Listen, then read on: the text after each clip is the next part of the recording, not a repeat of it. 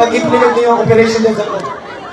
Iba yung sinasabi mo, General Cory, iba yung ginagawa mo. Hiniling lang kami. Porket ba't sumusunod kami, hiniling lang kami, at inaabuso kami. Alam po namin yan lahat, pero nagpakumbaba na kami.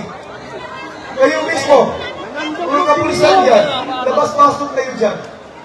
Nakita ba yun, naging marahas kami sa inyo? Kayo po ang naging marahas sa amin. Ulit kami kalaban-laban. Nakita ba yun, may baril kami? Sir, kung may baril pa lang kami, sir, yung time na papasok pa lang kayo, nadanak ng doon pa lang. I assure you that.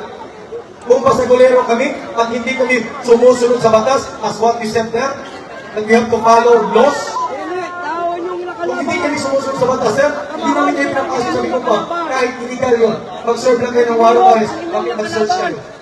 Search of warrant kayo? Warrant arrest yun.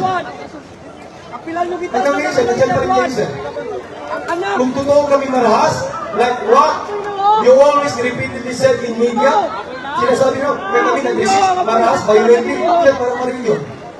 Kasi kung marahas, violating kami, sir, dyan pa lang sa gate, yung nag-usap kayo na papasok, hindi namin kayo papasukin. Magkamatayan na.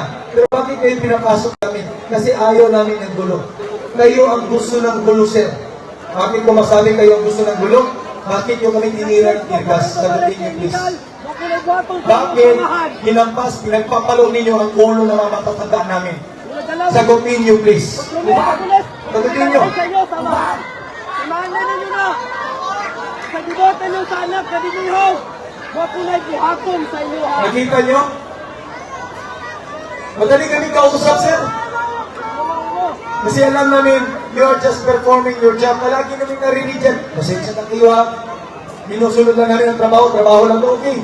We let you in. Di ba, sir? Walang resistance. Kayo nagtirya sa likod, eh. Binasak nyo ang aming tural doon sa likod. While doing the negotiation here, kasi nakiusap si General Cory, nakiusap 30 minutes bago nila gibahin ang gate, papasok sila. Pinabuksan namin, sir, pumasok po kayo. Before nangyari yan na pumasok kayo, sir, negotiation pa lang, akin pumasok yung taga-region 13 yun na mga malahas. Giniba yung gate, nag-tear gas, sanin, namatay yung kasama namin, pumasok po kayo. Anong tawag doon, sir? Kami, sir, sumunod kami sa usapan. Usapan lalaki yun, eh. Pero kayo, sir, hindi ka sumusunod sa usapan, sir. Tapos ngayon, nakikiusap kayo na sumunod kami sa inyong batas. Sumunod kami sa inyong pakiusap, sir. Balik po yun, sir. Itanong niyo po yan sa sarili ninyo. Itanong niyo po yan kay Cory. Kung narinig mo yung sarili niya. Bakit marahas ko kayo, sir? Bakit violently po kayo? Binabalik niyo sa amin. Bakit kami naging ganito? Bakit kami naging violently na sinasabi niyo? Dahil ito sa inyo. Mababalik kami dito. Kayo na nagulo. Nakita niyo, napaka-peaceful ng Davao City? Napaka-peaceful ng Davao City, sir. Sagutin ninyo. Hindi ba nasagot yan? Bakit pinalitan ng mga station commander dito? Sagutin nyo. Bakit pinalitan ninyo ang DCPO namin ng chief? Sagutin ninyo. Bakit tinanggalin nyo si Kerry sa sagutin ninyo? Diba sir, ang pag-ibig yan? Wala yan. Huwag na tayo mag-explain. Alam natin. Dito sir, for 40 years kami narirahan dito. Mamaya pa sir, past administration come and go. Past administration sir, palaging bumibisita dito. Mga opisyalis sa pulis, mga tumatakbong senador, tumatakbong gobernador, mayor, tumatakbong konsehal, tumatakbong presidente, vice president. Palagi yan dito sir. Hinihingi ang suporta namin. Kahit yung Baguio na presidente, sir, humingi po ng suporta namin. Hindi po namin pinagdabot, namun ang suporta. Sinuportahan po namin. Knowing, because we believe the assurance, pagpatuloy niya ang lahat ng programa ni Presidente Duterte. Pero kita niyo, sir, lahat na nangyayari, puro kaguluhan po. Kung kami lang dito sa loob, ayaw namin makisawsaw sa politika ninyo. Enough na sa amin, mabubuhay na kami, abundance po kami. Puro po pagmamahal, kabutihan, tinuturo dito sa amin, sir.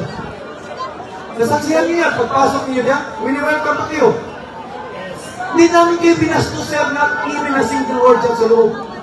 Tapos kayo makakarinig kayo ng insulto. Insult, sir, napakadaan na po yan. insulto ito. Pero yung mga pang-abuso ninyo, namatayan kami. Anong tawag dun, sir? Wala kaming kalaban-laban. Totoo yan. Walang armas. Wala lahat. Need pa ba, sir, mag-irgas ka dyan at makaluin mo kami? Lalo na yung mga matatanda. Yun nandyan sa taas ng JMC. Alam namin pinagagawa niyo dyan. Kahit nagtatago ka dyan, no? Tatago ka sa bugimbilya, alam namin. May mga masamang balak yan. Pero hindi nyo kami maisahan. Kahit kabarilin nyo na kami ngayon, manatiling kami dito. Saksi ang buong sanlibutan. Davao City Police Office, nanindigan kayo. Region 11, different units. Support group. Kahit pa yung taga-opisina, tingnan mo, minol out, pina-duty dyan.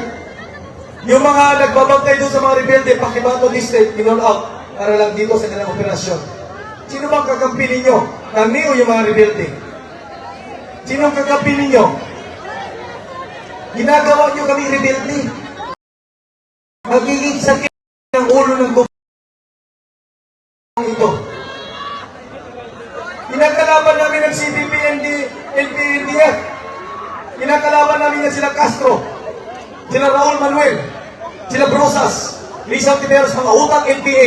Kinakalaban namin yan at our own money and resources. Kinakalaban namin yan sa pangunguna ni Pastor. Ngayon kinakalaban nyo kami.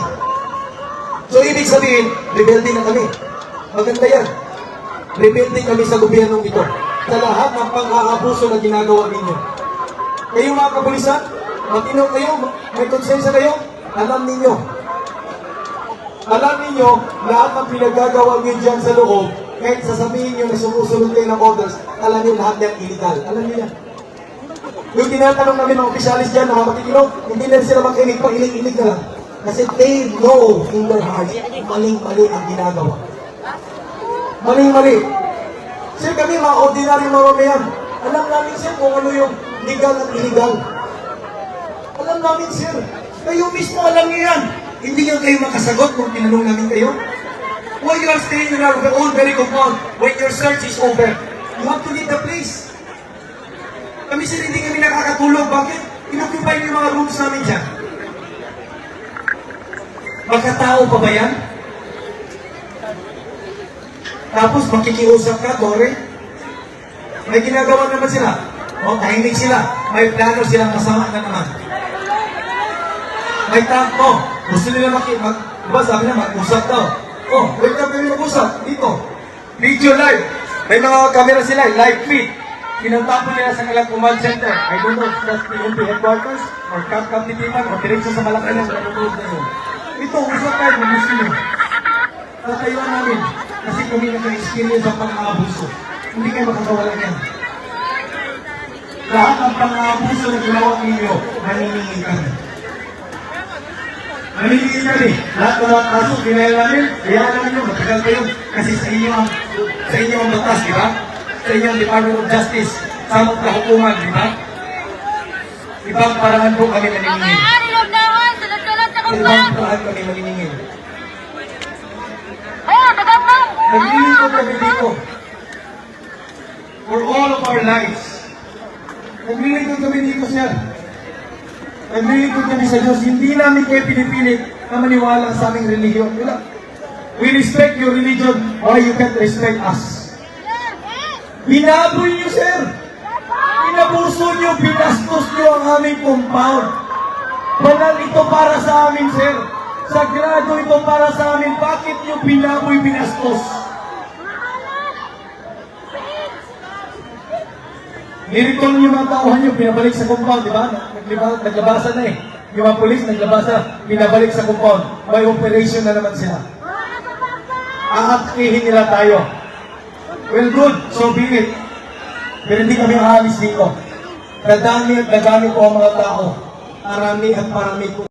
Kayo, takot mamatay, wala mga prinsipyo, kaya gagamit na lang kayo ng dahas, tear gas, mga baril. Kami sir, walang kalaban-laban, pero hindi kami takot mamatay. Alam namin ang tinatayuan namin sir. Alam namin na nasa katotohanan kami. Hindi kami aalis. Kakapal at kakapal ang mga tao dito. Wala init araw, wala kami pakialam. Lahat dito, Visayas, handa na sila. Luzon, NCR, handa na sila.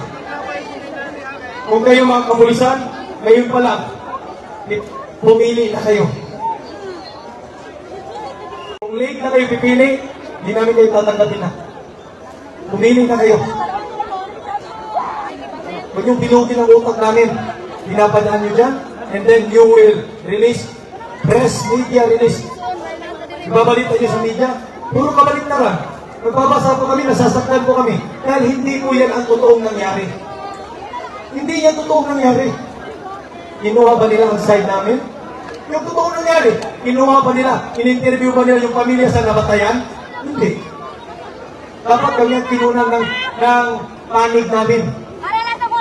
Kinuha yung panig kay Tory lang, sa pulis lang.